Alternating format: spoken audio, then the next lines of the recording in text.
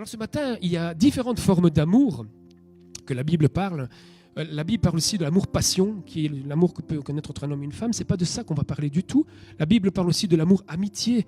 Pensez à Jonathan, David, ce qui existe en affinité. Ce n'est pas de cet amour-là que je veux parler. On va mettre cet amour-là de côté parce que l'amour, c'est tellement large. Mais on va parler de l'amour qui est l'amour agapé, l'amour du prochain, qui au fond, cet amour n'a pas d'autre intérêt que le soin et la préoccupation de la vie d'autrui quand il est dans la souffrance et la difficulté. C'est de cet amour-là qu'on va parler ce matin. Je pense que c'est important. Le thème de l'amour est à la fois si important, si profond, si vaste, que si on ne cible pas, on risque de parler de tout et de rien. Et ce matin, je vais vous parler de la sollicitude. La sollicitude, c'est une des facettes de l'amour. Alors, je n'aurai pas la prétention de vous expliquer ce que c'est la sollicitude dans son entièreté, mais on va essayer d'approcher tout doucement pour essayer de comprendre et creuser dans les profondeurs de ce qu'est l'amour agapé. Alors, je vais vous raconter une petite histoire. Moi, j'aime beaucoup les histoires qui font réfléchir, surtout quand ce sont des histoires rabbiniques. Parce que vous savez que c'est l'art chez les rabbins, c'est l'art chez les juifs de raconter des petites histoires. Alors, je l'ai retravaillé un petit peu à ma façon, un peu plus de manière occidentale, pour qu'on essaie de se revoir. C'est l'histoire du jeune rabbin Salomon, qui un jour est appelé pour aller enseigner la Torah dans une classe de cancres. Alors il sait qu'il va se retrouver face à des étudiants qui ont été brisés par la vie. Il sait que face à des jeunes, il va se retrouver face à des jeunes qui ont construit leur identité sur le sentiment du rejet, sur le sentiment du dénigrement. Mais voulant manifester de la sollicitude, voulant manifester de l'amour pour eux, pour ces jeunes, il se sent appelé à leur venir en aide. Alors ayant eu connaissance de la réputation de cette classe, vous pouvez imaginer, on a tous été à l'école, vous savez ce que c'est d'avoir une classe de cancres à certains moments. Je vois Joseph, je me souviens qu'il racontait son histoire du passé. Conscient de ce qu'il attend, le rabbin Salomon est gagné par le stress, au point de tourner en rond dans la cour par de grandes enjambées rapides, finalement pour se donner un peu de courage. Il dit voilà, il va falloir que j'y aille, il va falloir que j'aille dans cette classe de cancres, il va falloir que j'affronte. Je me sens appelé, je veux m'engager. Pendant ce temps, tous ces élèves qui attendaient leur nouveau professeur regardaient par la fenêtre. Et voyant l'état de nervosité et de stress de leur futur professeur, ils jouissaient déjà de la situation. Ils étaient déjà prêts. Ils se disaient, on va le recevoir dignement. Le recevoir de manière à ce que finalement, on puisse honorer notre réputation de cancre. Vous savez, quand vous avez une réputation, qu'elle soit bonne ou mauvaise, on a toujours envie de défendre sa réputation. Et ces cancres disaient, finalement, ce professeur a déjà peur de venir. On va lui montrer qui on est. Après quelques minutes, Salomon décida finalement d'entrer. Il prit son courage à deux mains, il rentra dans la classe, et puis en entrant dans la classe, il alla pas très élancé, il se mit à aller vers le banc, vers le bureau qui l'attendait. Et au moment où il passa, deux élèves tendit un fil d'acier, et voilà qu'il prend ses pieds dans le fil d'acier, qui tombe à terre, il perd ses lunettes, et le voilà face contre terre. La classe se met à rire, c'est bien sûr le foutoir, tout le monde se marre. Vous imaginez bien, moi je m'imagine bien à 15 ans, si j'avais fait ça mon pas, moi aussi je me serais bien marré. Et pendant ce temps-là, pendant que Salomon cherche après ses lunettes parce qu'il voit trouble, ça y est, c'est le foutoir, tout le monde se marre, tout le monde rigole. Et puis à un moment donné, le rabbin retrouve ses lunettes, il les remet, et puis il va s'installer sur son bureau, et il y eut un silence complet. Tous les élèves attendaient de savoir comment le rabbin comment leur nouveau professeur allait réagir. Qu'est-ce qu'il allait dire? Salomon garda le silence un temps, un petit moment, et puis il prit la parole. Il leur dit, voilà, nous venons de vivre, et on ne peut mieux, l'introduction de notre première leçon issue de la Torah. Alors le silence se fit encore plus profond. Je dis, mais enfin, qu'est-ce qu'il nous raconte ce professeur? Dans la vie, leur dit-il, le plus important, ce n'est pas de ne jamais chuter, mais c'est de savoir comment se relever. Extraordinaire. Cette histoire nous fait penser tout de suite, nous donne tout de suite à penser. Il y a au moins deux leçons à méditer dans cette histoire. La première, c'est le rabbin lui-même qui lui dit finalement, l'important dans la vie, c'est de ne pas jamais tomber. Qui d'entre nous n'est jamais tombé? Qui d'entre nous va faire une vie sans tomber? C'est impossible. C'est inimaginable. Tous, à un moment donné, nous chutons pour une raison ou pour l'autre. Personne n'est à l'abri. Personne ne réalise une vie sans chuter, sans vivre des échecs. Personne vit une vie sans instants difficiles. Mais ce que nous savons par expérience, et nous le savons tous ici, nous le savons tous, nous chrétiens, nous savons que Dieu nous relève. Dieu nous relève par sa parole, Dieu nous relève par l'Esprit Saint, par la relation qu'on a avec lui, par le Saint-Esprit. Mais Dieu nous relève aussi, et c'est fondamental ce matin, aussi par la manifestation de l'amour des uns envers les autres. Ça, c'est la première leçon.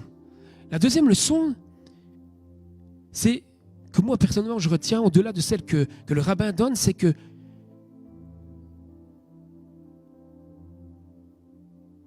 qu'en voyant Salomon, finalement, qui se relève, oui, c'est ça, sans perdre de vue, il se relève finalement sans perdre de vue sa raison d'être là.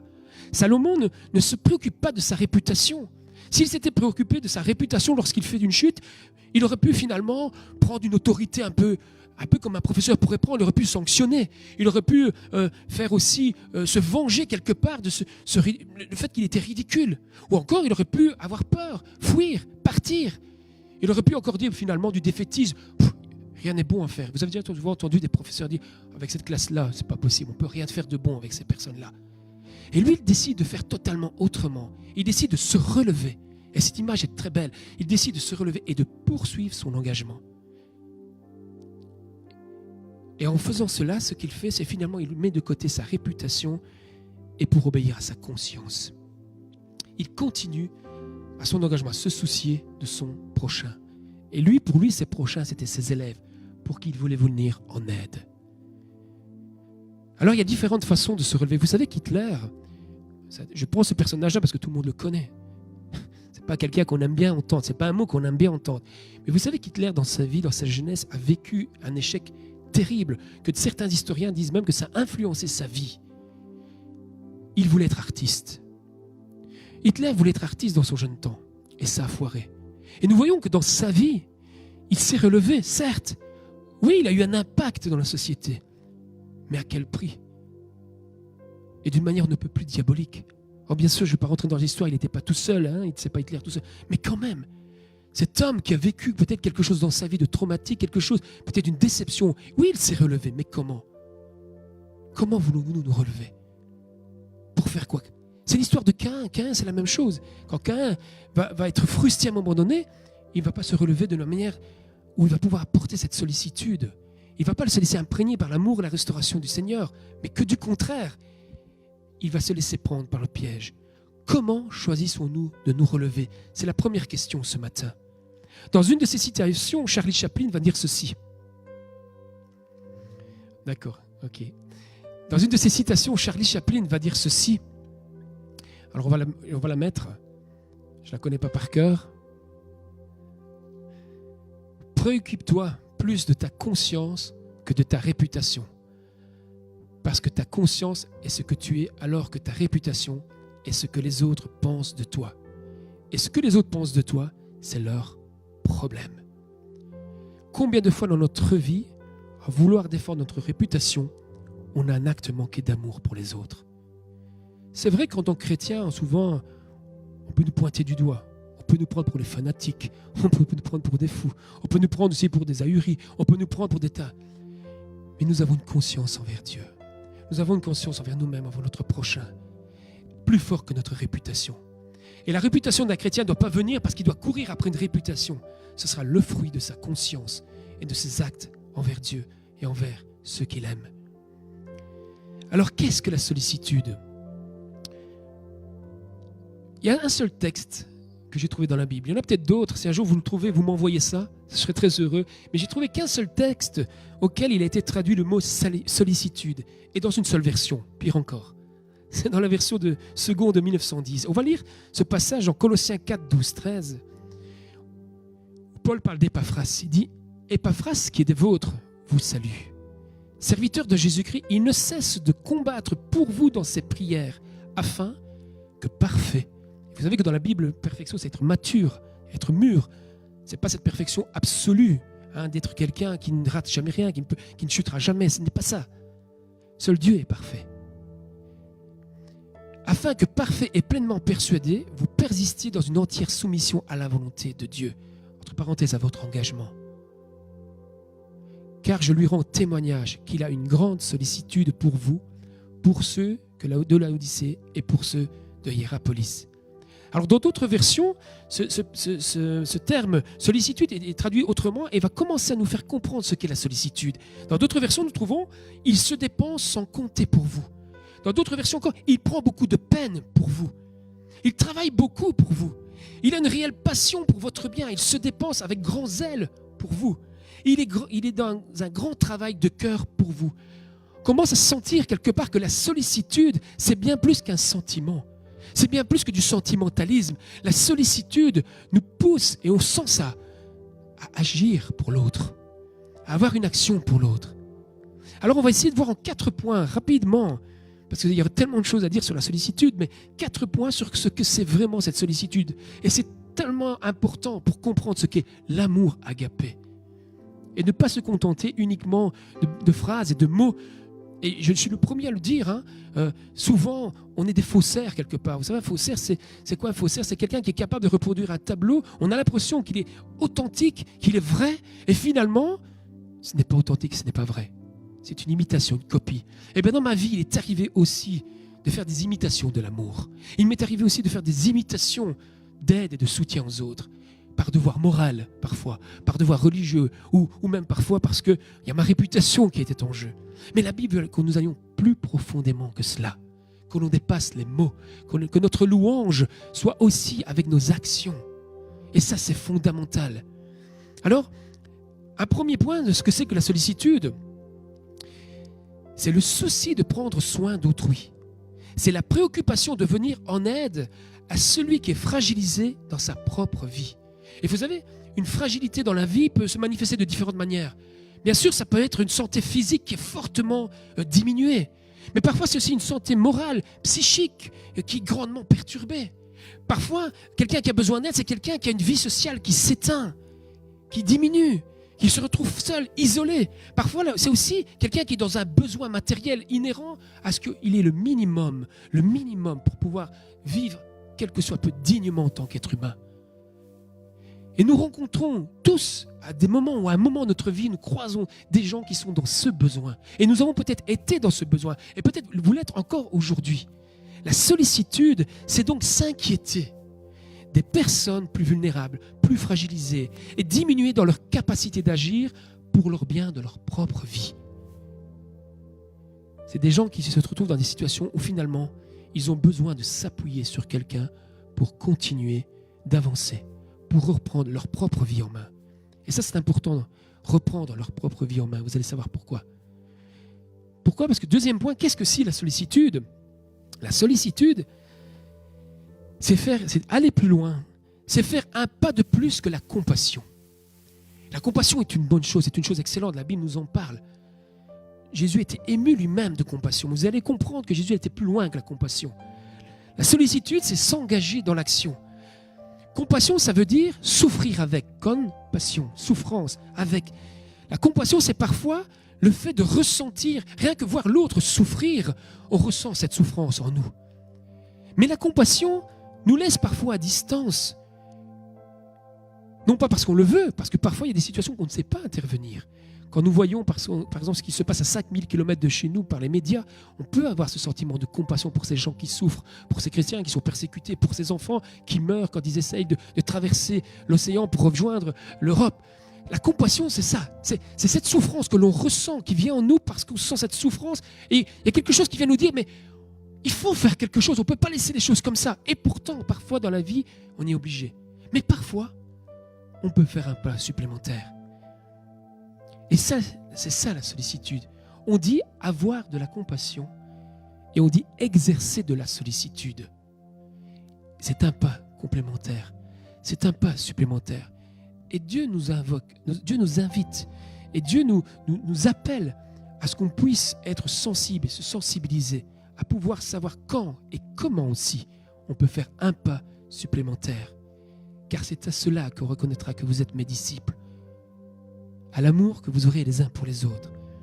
Troisième point, c'est ce que c'est la sollicitude. La sollicitude s'exerce avec beaucoup de délicatesse et de la tendresse.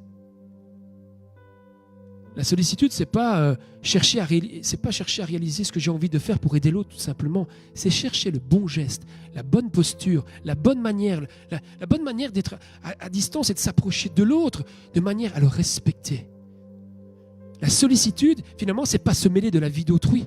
Vous savez, quand par amour, on peut mal aimer les gens.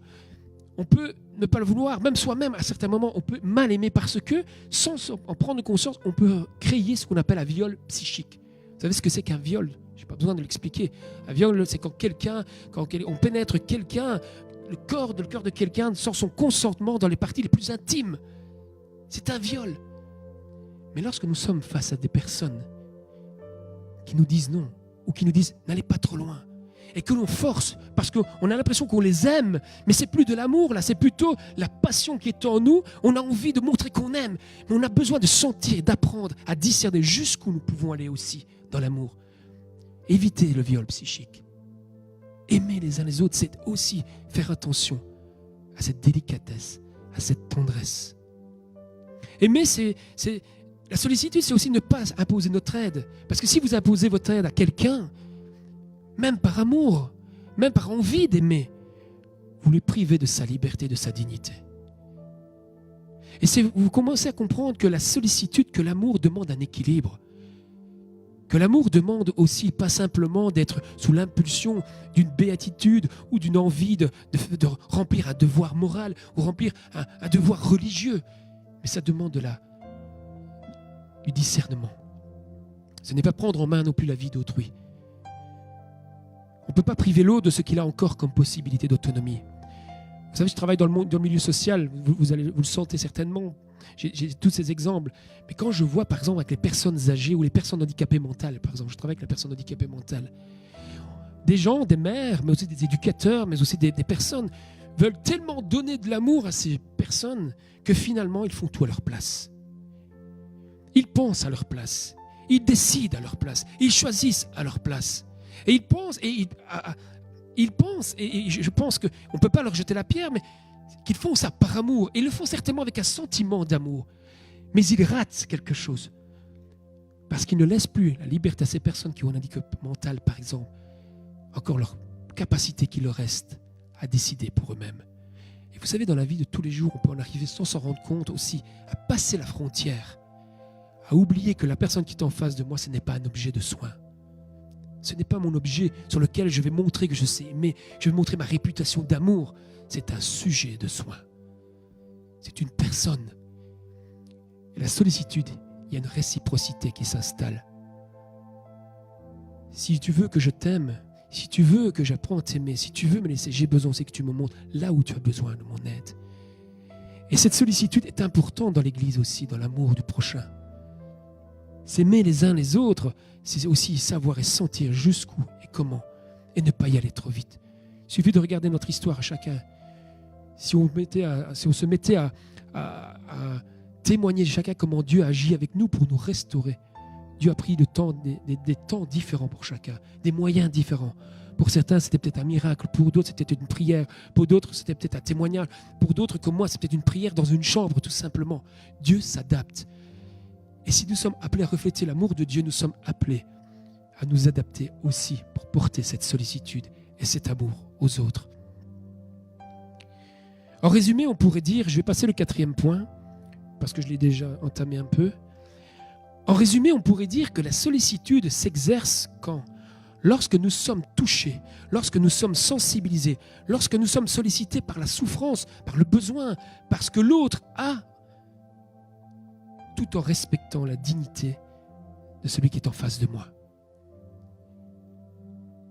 Vous savez, aujourd'hui, parfois, ce qui me désole parfois, c'est que on fait de la publicité, par exemple, pour les personnes avec handicap, mais j'ai l'impression que ça devient des objets publicitaires. Parce que le véritable accompagnement de ces personnes-là ne se fait pas par des publicités. Elle se fait au plus proche de leur quotidien, au plus proche de ce qu'ils vivent. Et c'est la même chose dans une église. On ne doit pas avoir des slogans. On doit apprendre, et je le dis, je ne suis pas l'exemple. J'ai une visée, ma visée c'est Christ. Et vous sentez bien dans ce que je dis que Jésus-Christ n'a fait que ça, exercer de la sollicitude.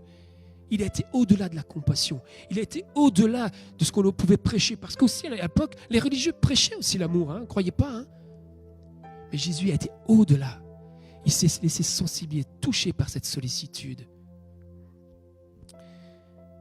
Dieu nous invite à rester éveillés à cette sensibilité, à ne pas devenir insensible. C'est une vertu. C'est quelque chose qui se travaille. Ce n'est pas inné l'amour. Dieu seul est amour. Dieu seul est amour par essence. Chez nous, ce n'est pas inné. C'est d'abord parce qu'il nous a aimés, nous avons lu tout à l'heure. C'est cet amour qui nous remplit. C'est se laisser toucher par cette restauration. Et la restauration, n'oubliez pas, c'est un processus de vie. C'est jusqu'au bout de notre vie. Parce que les blessures qui sont les nôtres sont toujours parfois là. Et Dieu nous les guérit, mais parfois, inconsciemment, nous allons rechercher, nous nous remettons dans des situations qui viennent, si vous voulez, un petit peu donner un coup de canif sur les cicatrices. Nous avons besoin de comprendre ces choses pour pouvoir mieux aimer, pour pouvoir mieux s'aimer, pour pouvoir mieux se respecter. Car de l'affection, de l'amour mal géré, je le disais il y a quelque temps, mal régulé, mal orienté, et ça arrive à tous, à tout le monde, moi le premier, a un impact négatif sur les autres. Il réveille parfois même des traumas chez les autres. On peut surinvestir et violer même la liberté d'autrui sans même en avoir conscience. C'est pour ça que l'importance d'Épaphras était important. Parce qu'avant d'avoir toute cette sollicitude, il priait pour ses frères. Il priait pour ses frères et sœurs en Christ. Mais il priait aussi pour savoir comment Dieu, finalement, nous avons besoin du Saint-Esprit pour savoir comment nous devons rentrer dans cette sollicitude pour ne pas faire n'importe quoi. J'ai aussi besoin parfois que des gens comprennent. J'ai aussi besoin de la sollicitude des personnes. J'ai aussi des moments difficiles dans ma vie. Et combien c'est important. Alors, il y a plein de traces de sollicitude dans la Bible. Et je vais terminer avec ces 2 points-là. La première, l'origine de la sollicitude dans la Bible, où est-ce qu'on peut la retrouver? Si vous relisez Genèse chapitre 1, à la création du monde, nous voyons que la sollicitude est déjà dans le cœur de Dieu. Verset 31, il est dit, Dieu considéra tout ce qu'il avait créé et trouva cela très bon. Il y eut un soir, puis un matin, ce fut le 6e jour. Je ne sais pas si vous avez déjà regardé attentivement ce chapitre. Le 2e jour, Dieu crée par la parole, il constate, et puis il dit, Dieu vit que ce qu'il avait fait était bon. 3e jour, même chose, il fait une évaluation de ce qu'il fait, Dieu était bon, vit que c'était bon. 3e jour, 4e jour, Dieu vit que c'était bon. 5e jour, Dieu vit que c'était bon. Il arrive à la création de l'homme et Dieu ne dit rien. Il ne dit pas que l'homme est bon, il ne dit pas que l'homme est mauvais, il ne dit pas que l'homme est parfait, il ne dit rien. Mais ce qu'il dit, Dieu vit que tout ce qu'il avait créé était très bon. Dieu avait déjà, dès le commencement, le souci, la préoccupation de la vie humaine. Et c'est l'homme, au milieu de ce que Dieu avait créé de bon, fait que la vie était appelée à devenir très bonne. Nous sommes appelés à poursuivre, nous sommes appelés à collaborer avec Dieu pour faire de notre environnement, de nos environnements, des environnements suffisamment bons pour que chacun d'entre nous, pour que chaque homme, pour que chaque être humain puisse avoir un processus de restauration, de guérison et un processus d'aller vers le Père. On va prendre une illustration. La dernière illustration que je prendrai ce matin, c'est un passage que vous connaissez tous. Et vous allez voir que dans ce passage que vous connaissez, on va retrouver tout ce que je vous ai parlé de la sollicitation. C'est la parabole du bon samaritain, on va le lire ensemble. Un enseignant de la loi, et on revient à ce que je vous ai dit tout à l'heure, Jésus va changer le paradigme complètement. Là où les premiers croyants voulaient en tout cas savoir comment aimer les autres pour être sauvés, Jésus va renverser le paradigme. Un enseignant de la loi se leva et posa une question à Jésus pour lui tendre un piège. « Maître, lui dit-il, que dois-je faire pour obtenir la vie éternelle ?» Jésus lui répondit, « Qu'est-il écrit dans notre loi? Comment la comprends-tu, toi qui es un enseignant de la loi ?» Eh bien, il répondit, « Tu aimeras le Seigneur ton Dieu de tout ton cœur, de toute ton âme et de toute ton énergie et de toute ta pensée et ton prochain comme toi-même. » « Tu as bien répondu, lui dit l'enseignant. Tu as bien répondu, lui dit Jésus. Fais cela et tu auras la vie. Mais l'enseignant de la loi sentait qu'il voulait aller plus loin. Il voulait un petit peu provoquer le Seigneur. Et voulant se donner raison, il reprit. Oui, mais qui est donc mon prochain? Derrière cette question, il y a plein de choses. Je vais y revenir juste après. En réponse, Jésus lui dit, il y avait un homme qui descendait Jérusalem à Jéricho. Quand il fut attaqué par des brigands, ils lui arrachèrent ses vêtements, le rouèrent de coups et s'en allèrent, le laissant là à moitié mort. Or, il se trouva qu'un prêtre, un homme religieux descendait par le même chemin. Il vit le blessé et s'en écartant poursuivit sa route. De même aussi, un Lévite arriva au même endroit, le vit et s'en écartant poursuivit aussi sa route. Mais un Samaritain qui passait par là arriva près de cet homme. En le voyant, il fut pris de compassion. Il s'approcha de lui, soigna ses plaies, et avec de l'huile et du vin, il les recouvrit de pansements. Puis, le chargeant sur sa propre mule, il l'emmena dans une auberge où il le soigna de son mieux. Le lendemain, il sortit 2 pièces d'argent, les remit à l'aubergiste et lui dit « Prends soin de cet homme, et tout ce que tu auras dépensé en plus, je te le rembourserai moi-même quand je repasserai. » Et Jésus ajouta, et il se retourne à ce moment-là vers cet homme religieux, « À ton avis, toi qui cherchais qui était le prochain, à ton avis, lequel des 3 s'est montré le prochain de l'homme qui avait été victime des brigands ?» « C'est celui qui a eu pitié de lui, lui répondit l'enseigneur de la loi. »« Eh bien, va et agis de même, lui dit Jésus. » Ce texte, vous le connaissez parce que vous savez qu'il y a toute une question de discrimination par rapport aux Juifs ou aux Samaritains de l'époque. Je vais passer ce côté-là, mais je vais revenir sur tout ce qui était de l'ordre de la sollicitude. Premier, petit point A, le Samaritain fut pris de compassion. Nous venons de le lire juste avant. Il se laisse toucher, sensibilisé par la condition d'un homme qu'il croise sur sa route et qui a besoin d'aide. Je disais tout à l'heure que la sollicitude, c'est plus que la compassion. Et on le voit aussi dans cette parabole. Il ne s'arrête pas à son sentiment de compassion, il s'approcha de lui. C'est un geste énorme. S'approcher de quelqu'un, qu'est-ce que ça veut dire? Ça veut dire, j'oublie la caméra, je me parle. S'approcher de lui, ça veut dire qu'on fait cet effort d'aller voir au plus près de la réalité de la personne. C'est ça, s'approcher aussi de quelqu'un. On va et on regarde quelle est sa réalité. Je dis ça parce que, juste une parenthèse, un jour pendant le Dour Music Festival, j'habite tout près du Dour Music Festival, et vous savez que pendant ce festival-là, il y a des gens dans des états de conscience totalement différents. Et il y avait un jour un homme qui était couché complètement, et sérieux, on avait l'impression qu'il était mort et qu'il était là. Et une dame très gentille, avait un petit peu, à mon avis, avait eu cette compassion pour cet homme, a voulu réveiller cet homme en pensant qu'il n'était pas bien, qu'il fallait appeler l'ambulance. Et cet homme se réveillait à une colère pas possible, l'a éjecté, voulait même taper cette dame. Et vous comprenez, la sollicitude va d'abord aller s'approcher et voir finalement, est-ce que cet homme a vraiment besoin d'aide ou pas. Si nous ne faisons pas cet effort, nous restons parfois même dans notre imaginaire. Parfois, on pense que les gens ont besoin d'aide, ils n'en ont même pas besoin. Et parfois, on ne voit pas les gens qui ont vraiment besoin d'aide. Nous avons besoin de nous pencher sur la réalité des autres. Et ce qui peut nous aider à comprendre la réalité des autres sont les autres eux-mêmes.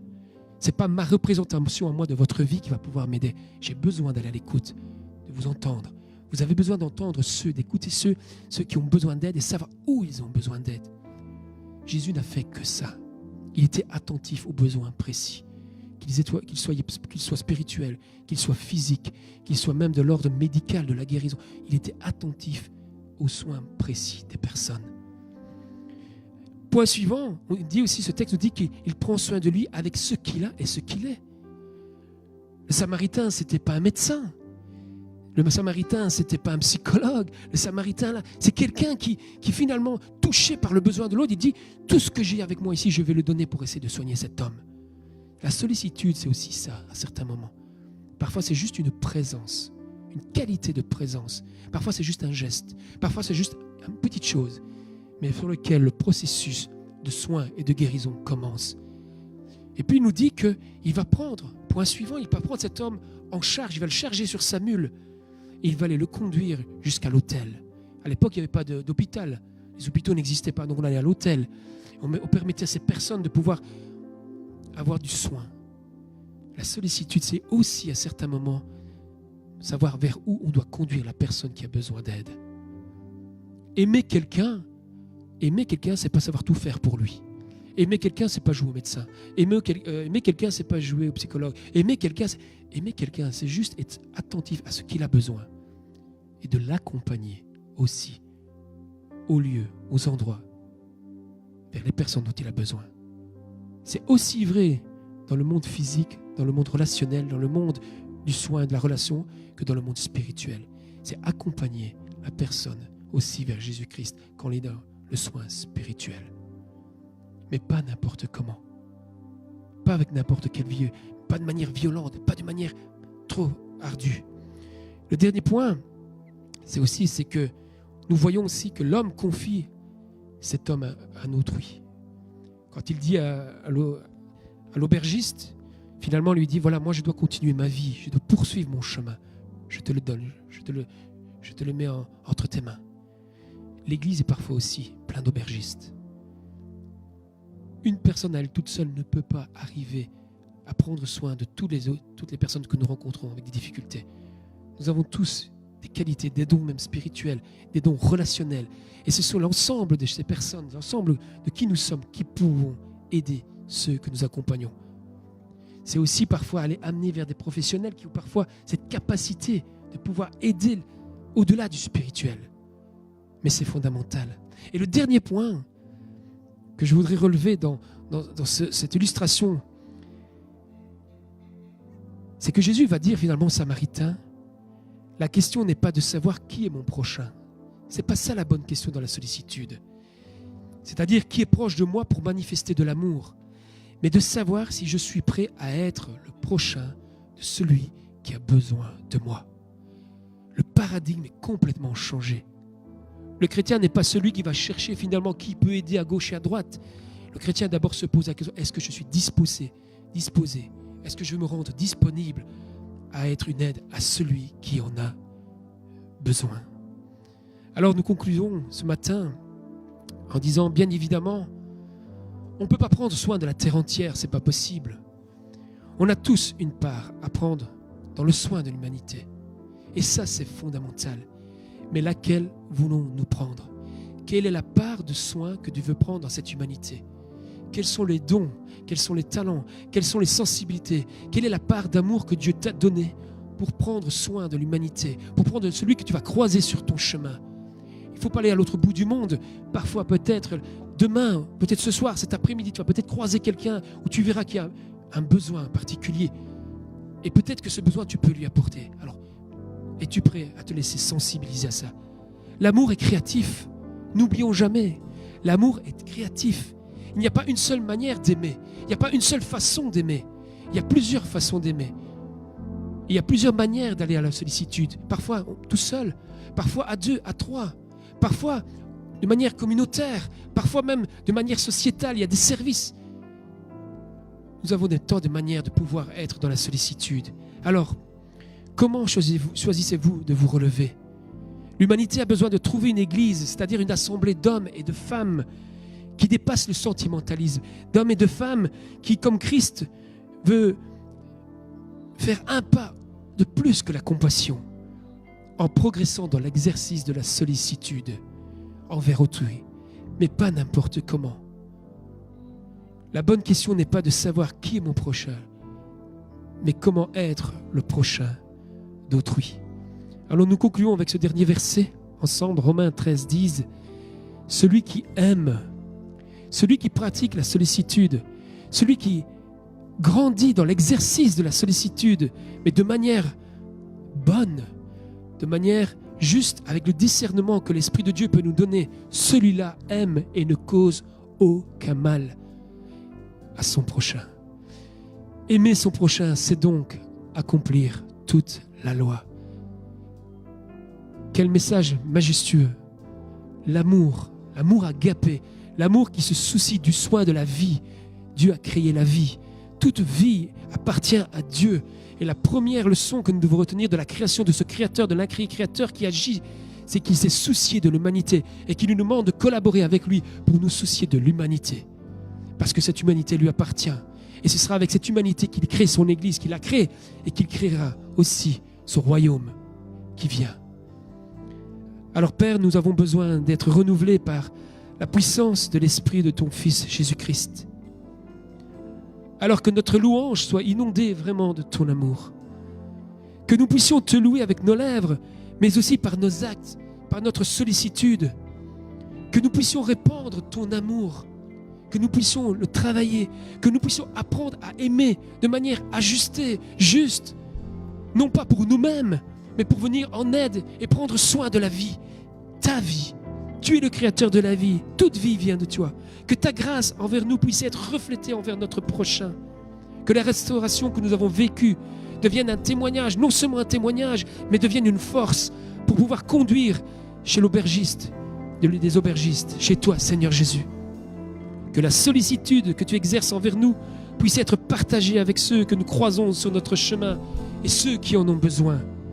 Alors Père, au nom de Jésus-Christ, que nous puissions nous lever, ou peut-être ce matin nous relever comme des messagers et des pratiquants de ton amour. Oui, inonde-nous de ton amour. Amen.